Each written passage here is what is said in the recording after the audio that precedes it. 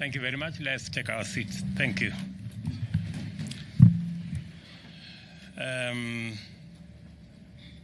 Thank you very much, Minister, and all the other speakers. Maybe it is a good moment to apologize to the ladies, because all the speakers who've spoken before me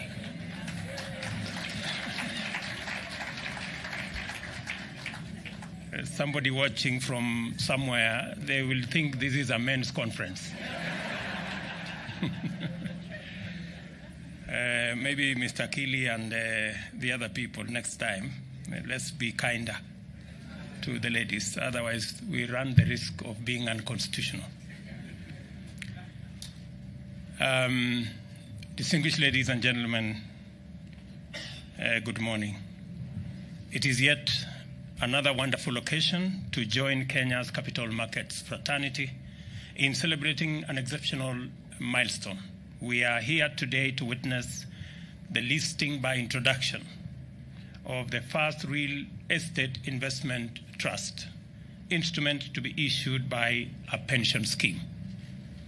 This momentous listing signifies the evolution of our capital markets, which have consistently shown resilience in the face of challenging local and global financial developments, as well as responsiveness to the needs of a market that gets increasingly complex and sophisticated with each passing day.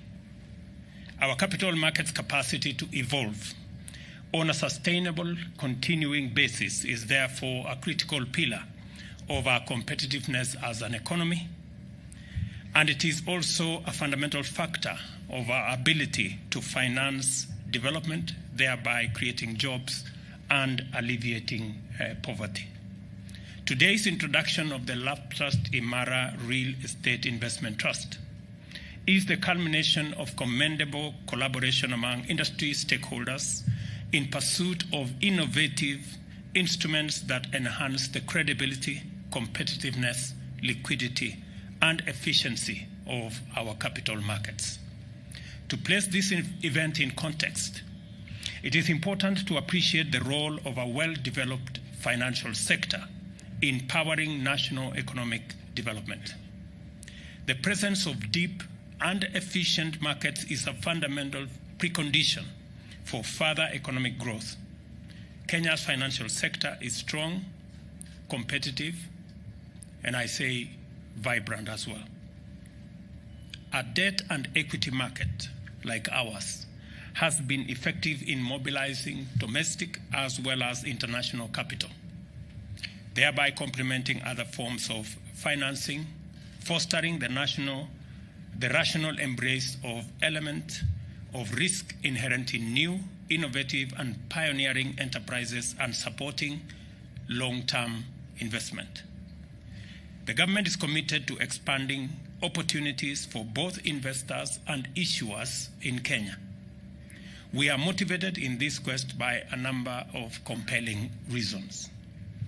First of all, as I observed last week during the unveiling of the State Department of Investment Promotion and unveiling of the National Investment Council, there is urgent need to reverse our negative post-pandemic foreign direct investment outlook, which has seen Kenya stand out as the only regional economy that is not experiencing significant growth in foreign direct investment flows.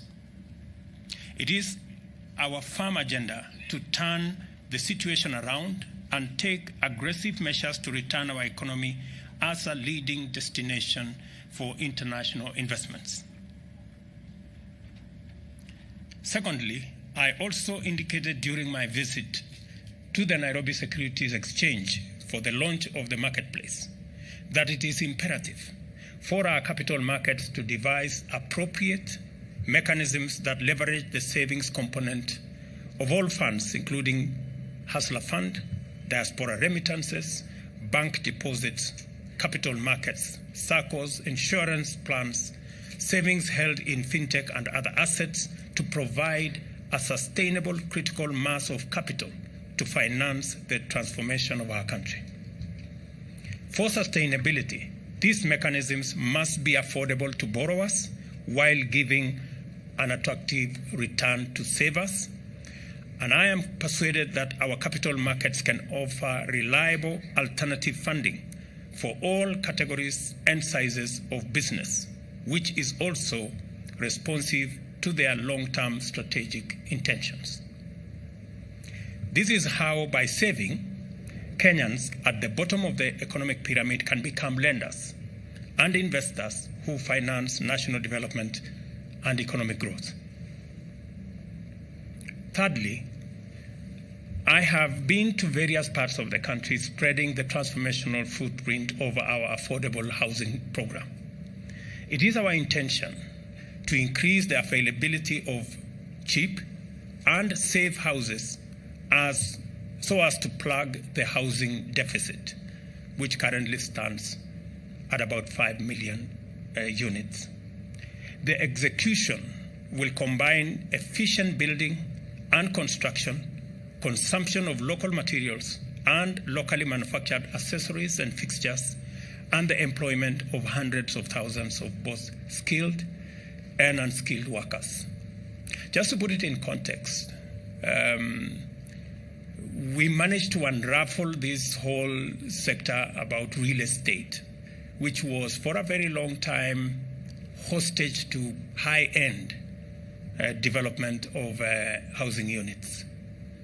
In fact, of the 50,000 units that were built every year, you could hardly get 2% of it being affordable. We decided to intentionally and deliberately desegregate the housing sector, and the biggest component that always impeded the development of not just affordable housing, but housing in general, was the cost of land. In fact, it contributed maybe up to anywhere between 20 and 30% of the cost of a house. We have since, as a government, made land for construction of houses free. And I want to congratulate many counties that have made close to 4,000 acres of land in very prime land in many parts of our towns, in fact, towns across Kenya, worth anywhere between 20 and 30 billion Kenya shillings. That's the land that currently is available for housing that you don't have to pay for. We also sorted out one more problem. Everybody was building a designer house. And you know what designer means. So to be able to build houses on scale, it became necessary to standardize all the aggregates of what builds up to a house. Standardize doors, standardize windows, standardize all the components of a house. And today I can tell the private sector proudly that we have standardized all doors for all affordable housing units. We have standardized all windows, hinges, and all the other components. And in our plan of 200,000 houses, what that means is that we, the private sector, the cement manufacturers, the steel manufacturers, the people involved in housing, producing housing products, you now have a clear path on what you can build your business towards. In our housing plan of 200,000 houses every year, our cement manufacturers, you now have 20 million bags of cement that we can consume, 10 million tons of steel, 2 million tons of nails, 1 million doors, standardized doors, so you can produce in scale because we will consume 3 million pieces of windows. So those listening to me can begin to formulate their business, and go into production, because we will consume these units. So, and the reason is that once we desegregate